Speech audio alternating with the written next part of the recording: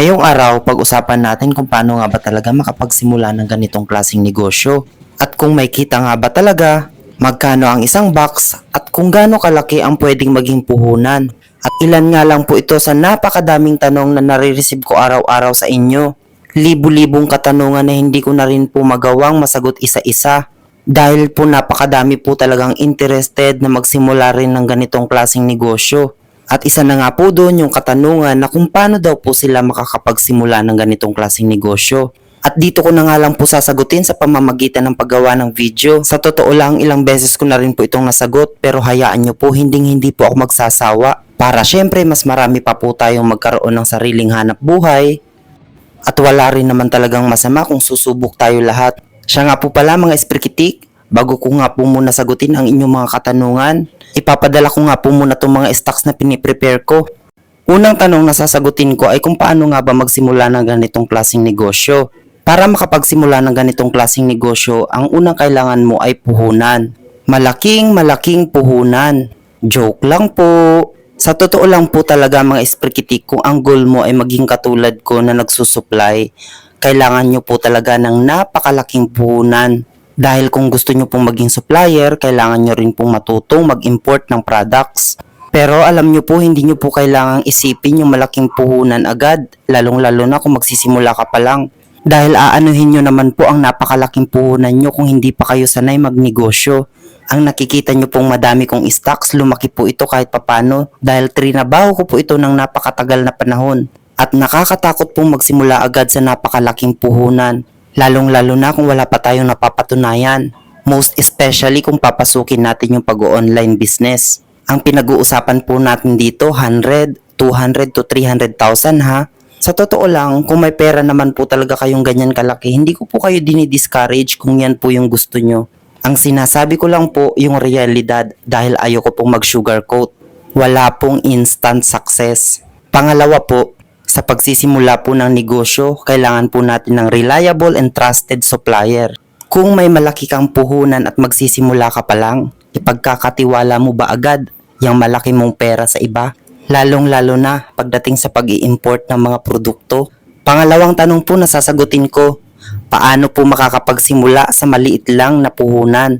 Alam nyo, sa totoo lang, ito yung magandang tanong na malapit sa katotohanan na mangyari. Mangyari na makapagsimula ka sa isang maliit na negosyo.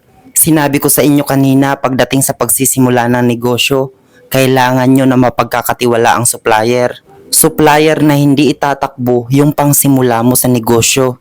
And I guess may rason kung bakit napapanood mo ang video na to. Ako po si Kuya Joe.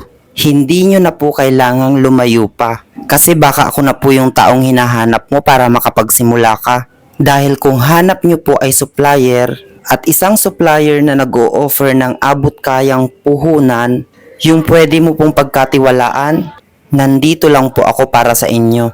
Sobrang dami na po nang nagtanong sa akin kung magkano daw ba ang isang kahon nito. Pero kumapit ka dahil baka magulat ka sa presyong sasabihin ko. Seriously, ang isang kahon nito medyo mabigat sa bulsa dahil humahalaga ito ng 25,000 pesos. 250 pieces ang laman. Imagine kung gusto mong magsimula at maging supplier agad ang aim mo, daang-daang libo talaga ang kakailanganin mo. Pero ito po ang good news. Dahil dito po sa amin nag-o-offer po kami ng starter pack bundle. Mayroon po kaming bundle na nagkakahalaga lang ng 1,500 pesos. Isang dosena na po yun. Isang dosenang tie-dye t-shirt. So, i-compute naman natin kung magkano po ang pwedeng kitain. Ipapasok ko ang tanong ng karamihan. Mayroon pa bang kikitain kahit nagre-resell lang? Aba, oo naman. Sa katulad kong nagsusupply ng galing mismo sa manufacturer sa ibang bansa. Sure na sure po na may kinikita pa po ang mga resellers namin. Bigyan po kita ng senaryo. Kunyari po nag-avail ka ng starter pack bundle na nagkakahalaga ng 1,500. At ibebenta mo ang bawat damit sa halagang 180 to 250 pesos. Sabihin na natin na yung isang piraso sa pagre-resell ay binibenta mo ng 200 pesos. Kung isang dosena po yun at may libre pang isa, 13 pieces na po yun agad. Kung nabenta mo ang 13 pieces sa halagang 200 isa, may 2,600 ka na. Ibawas mo yung pinuhunan mo. ibawas mo yung puhunang 1,500, may matitira pa sa yung 1,100. Sige, isakto na natin ng 1,000 pesos. Dahil syempre hindi naman libre ang shipping fee. Kung 1,000 pesos ang kinita mo sa starter pack bundle, aba, panalo na yun, di ba? Kaya walang masama kung magsisimula ka sa maliit na puhunan. Dahil sa totoo lang po talaga mga esprikitik, mas maganda na magsimula ka muna sa maliit nang magkaroon ka ng experience sa pagbebenta.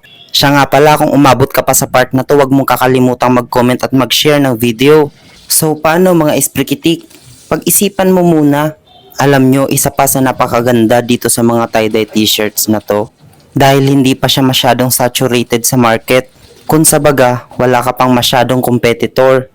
Kaya ang laki po talaga ng potential. At isa pa sa pinaka-unique selling point dito, yung hindi mo aakalain na mas maganda pala siya sa personal. Yung mapapawaw ka na lang talaga pag hawak mo na yung mga paninda mo. Kung kinaya nga pong makapagsimula ng napakaraming OFW at magtiwala sa amin kahit ang layo nila, kaya nyo rin po. Kayo na lang po ang humusga sa nakikita nyo. Ayan po mga esprikitik oh, kitang-kita naman. Alam nyo mga esprikitik, sa totoo lang, hindi na dapat natin pinoproblema yung pagsisimula sa maliit na negosyo. Ang problemahin natin, yung ang tagal nating magdesisyon.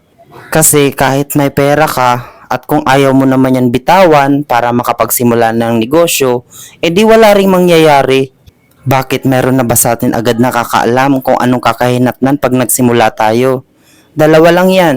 It's either mag-failed ka or mag-success ka. Pero po para sa akin, mag-failed ka lang pag bumitaw ka or sumuko ka.